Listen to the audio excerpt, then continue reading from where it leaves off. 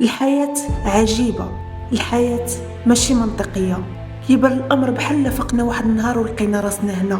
يمكن الحياة تكون مؤلمة ومأساوية، مملة وما عندها حتى معنى. الحياة ممكن تكون خرافية، رائعة، مدهشة وعامرة بالمعاني. الأمر كله راجع ليك انت، هو الشخص اللي غيختار نوع المسار اللي غادي تمشي فيه. غادي تكون صعيبة ومؤلمة، غادي تواجه بزاف ديال الخسائر، وما غاديش تكون عندك راحة البال حتى توصل لأحلامك وأهدافك وتصميمك. ما تفكرش في المستقبل، فكر في الحاضر. شنو غدير باش تصحح الأمور؟ شنو غادي دير باش تحقق أهدافك وأحلامك؟